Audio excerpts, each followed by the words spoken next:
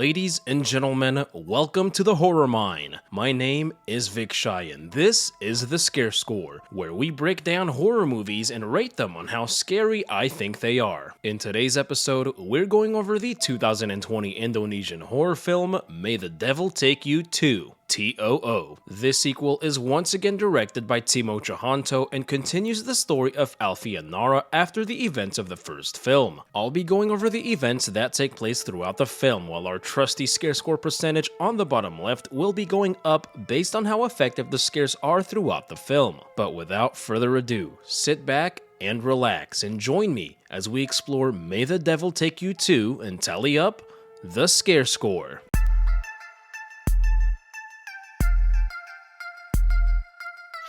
Our movie begins with a woman named Gaddy sitting alone in her apartment. Her friend Dewi knocks at the door and this cool shot of her looking through the peephole actually foreshadows future events. Gaddy reveals several bruises on her body which she claims to have obtained from a man who is supposedly dead. Dewi assures her that he has been dead for a long time, asking if Gaddy remembers that day. She points into the empty living room and says that he is staring at her right now. As Dewi shuts the door, we see a pretty devious smile on Gaddy's face. While Gaddy is asleep, Dewi speaks to a man named Budi over the phone. The man who Gaddy claims assaulted her is named Ayub and has supposedly been dead for 15 years. On Gaddy's desk, we see several news articles which reference the events of the previous film. As Dewi looks at a photo of a man surrounded by children, a ghostly figure appears in the window directly behind her. The next morning, Gaddy finds Dewi's severely mutilated body stuck to the ceiling with a satanic sigil drawn in her blood.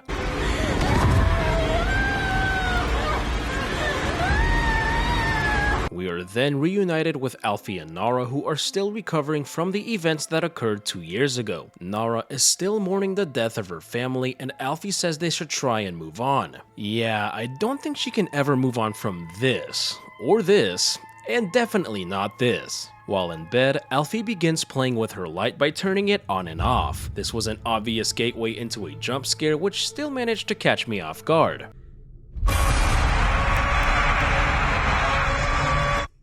It's a jump scare, so I won't give it too much points. However, there was a decent amount of tension that still made it a pretty decent scare. Though what boggles my mind is that she continues to play with the light. Alfie wakes up to several masked individuals in her apartment. She gets a few good hits off with a bat, but is suddenly electrocuted with a taser. Alfie and Nara are captured and driven to an old abandoned orphanage. A haunted house setting isn't exactly original, but if you're gonna use it, it better be creepy, and this one absolutely is. Alfie is introduced to Leo, Budi, and Jenar, who used to live in the orphanage. The orphanage was ran by a man named Ayub and his wife, who didn't have any children of their own. After his wife passed away, Ayub became abusive towards the children and turned their lives into a living nightmare. Alfie realizes that the children killed Ayub by burning him alive. Alfie is drawn by a creepy doll into Ayub's old bedroom. We see Ayub's spirit stalking her and she encounters him at the bottom of the stairs.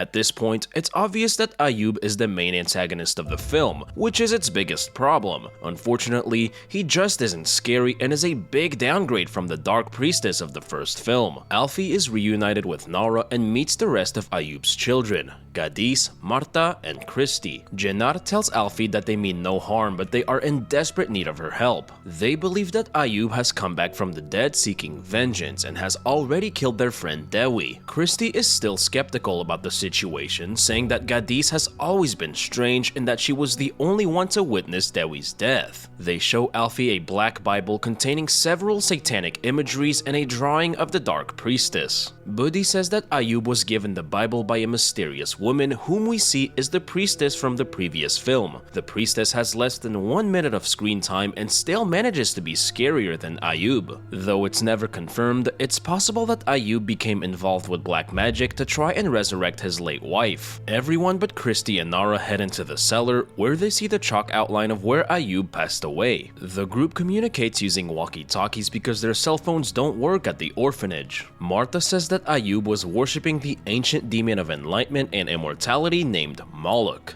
They believe that Ayub was planning to sacrifice them all to Moloch, possibly to bring his late wife back to life. She says that the curse placed on them can only be reversed by Alfie, who escaped the devil himself. Alfie cuts her thumb and places it on a spot in the Black Bible. She begins to freak out and sees a flashback of Ayub's death at the hands of the children.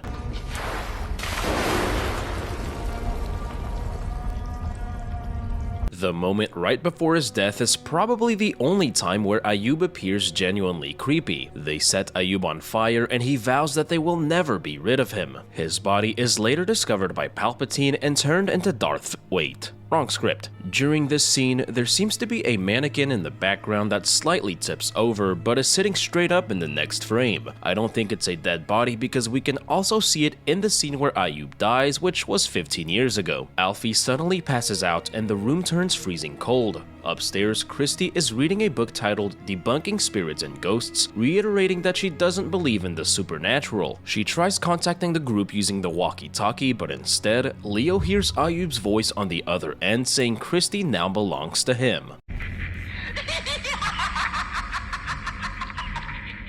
The cellar door slams shut and chairs begin violently flying across the room. A circular saw decides to join the party and narrowly misses Janata. Alfie seems to be the only one who can see Ayub's spirit directly above her. He grabs her by the throat and viciously slams her face into the concrete multiple times, killing her. Hearing all the commotion, Christy opens the cellar door and is quickly possessed by Ayub.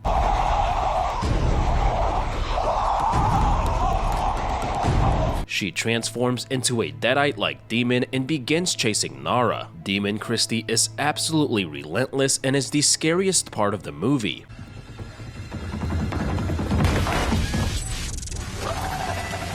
Just hearing the speed in which Christy crawled up those stairs was truly terrifying. Nara locks herself in a room and Demon Christy begins bashing her head against the door. She tries her hardest to get in and gets pretty acrobatic with it too. She not only manages to burst into the room but briefly knocks herself out in the process.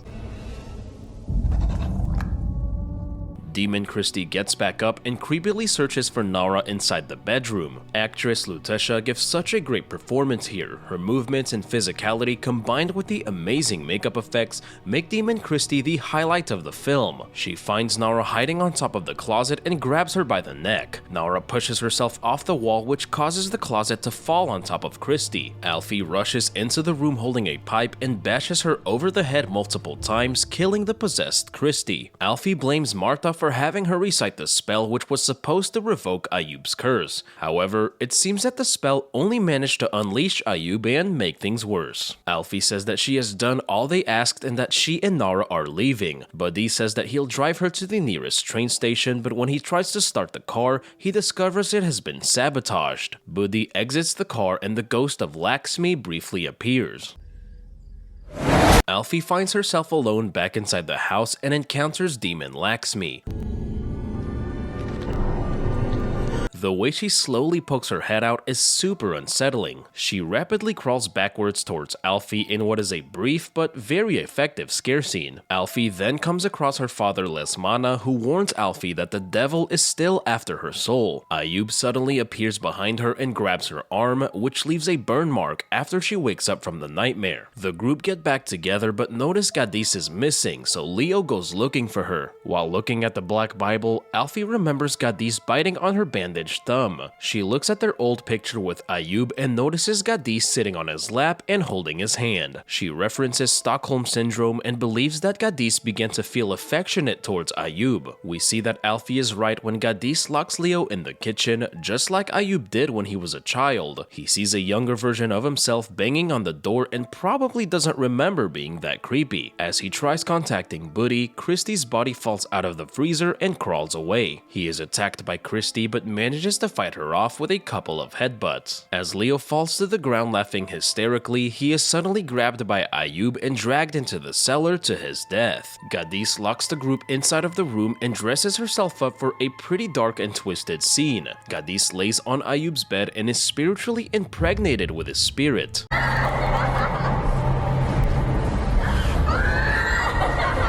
The group escapes the room and encounters the now possessed Gaddy in the hallway. Gaddy reveals that this was her plan all along. She tricked the others into thinking she was Ayub's victim so they could help her resurrect him. As Alfie already had ties to the devil himself, Gaddy needed her to read the spell which would release Ayub's spiritual form back into the world. Buddy tries to burn the Black Bible, but Gaddy uses her powers to stop him. She tries to use her powers on Alfie, but it seems she is somehow immune to them. Alfie manages to get on top of Gaddy and get a few punches in, but she uses her powers to launch an unconscious Buddy into her. Martha confronts Gaddy, saying that she tricked her, revealing that she knew about the plan all along but was deceived about its true purpose. We see a flashback of Gaddy and Martha with Ayub, and thank goodness that the child actress is wearing glasses so we can clearly establish that it's Martha. Gaddy and Martha's close relationship was hinted at in the beginning of the film by some photos in Gaddy's apartment. Martha tries to stab Gaddy in the back, but the knife is driven into her stomach. Gaddy launches Martha into Alfie and locks the pair in a burning room.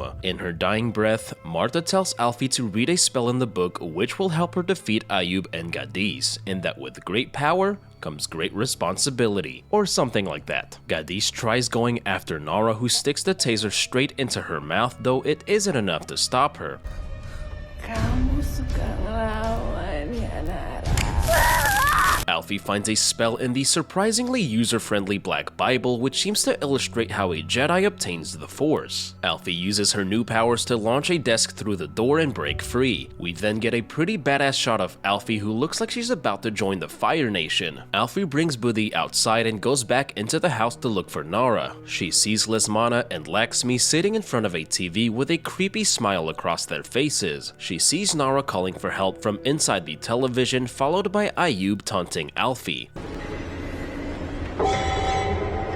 This scene really reminded me of the Further from Insidious. In the Further-like dimension, she comes across Leo with his face torn off and the young versions of Christy and Jennar, who then turn into demons. Alfie finds Nara in Ayub's bedroom and Martha's ghost rises from underneath a bedsheet. Martha turns into Ayub, who says that Alfie belongs to him now. Ayub! Gue gak takut sama lo! Neither am I, Alfie. In fact, I haven't been for the entire film. Gaddy shows back up looking very demonic with those yellow eyes. Her dramatic heel turn was hinted at in the very beginning of the film. When Dewi comes knocking on her door, her eye looks very similar to her demonic form when looking through the peephole, which was very cool. Also, this wouldn't be a demonic possession movie without throwing up on somebody's face. Gaddy sticks her disgusting tongue into her mouth, but Alfie manages to stab it with a knife. Alfie trying to get her magic to work looks pretty Doctor Strangey. Just as Gaddy is about to devour her soul, Alfie is able to launch the saw into the back of her skull, though this doesn't kill her and only manages to piss her off even more. She wouldn't have missed if she allocated some points into marksmanship instead of putting them all into black magic. They take their satanic beef to the front of the burning house, where Buddy runs Gaddy over with his car. Gaddy seems to have lost all her powers and lays on the ground bloodied and helpless. In a pretty cool and disturbing scene, Ayub exits Gaddy's body by bursting straight out of her stomach, killing her. He rushes towards Buddy, but Alfie pushes him out of the way and possesses her instead. Not wanting Ayub to take control of her body, she takes her own life by jamming a knife straight into her heart.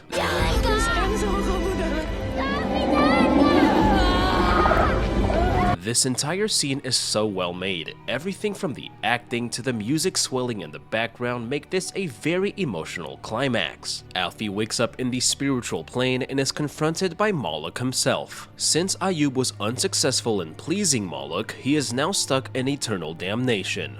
Moloch tells Alfie that he will not allow her to die by suicide as her soul does not belong to her and that only he can claim it. He says that her soul belongs to him and kindly gives her a one-up mushroom. Alfie comes back to life and embraces Nara as Booty sees the souls of his foster siblings waving him goodbye. In the film's final scene, Alfie takes possession of the Black Bible, knowing that it will be a powerful tool in the battles to come. Alfie, Nara, and Booty drive away from the orphanage, but not before Alfie can roast Booty about his beat-down car as the movie ends. And that, ladies and gentlemen, was May the Devil Take You To. While definitely not as good as the first film, this was still a pretty solid sequel. I really enjoyed the continuation of Alfie's story, although I wasn't a huge fan of the Ayub plotline. Ayub was a pretty weak antagonist who wasn't scary in the least bit, which was a real shame. The film had a decent number of scares spread throughout, but none of them managed to reach the terrifying levels of the first film. The scares in this film felt tonally different than the previous film and a lot more over the top, giving May the Devil Take You To a fairly decent scare score of 53%. The scariest scene in the film was when Demon Christy chased down and hunted Nara upstairs. This was a truly nail-biting and intense sequence that comes the closest to achieving the scare factor of the first film. May the Devil Take You To was a solid sequel that I definitely recommend to fans of the first film and is currently streaming on Shudder. A third film in the series has been announced and I look forward to seeing the next chapter in Alfie and Nara's story.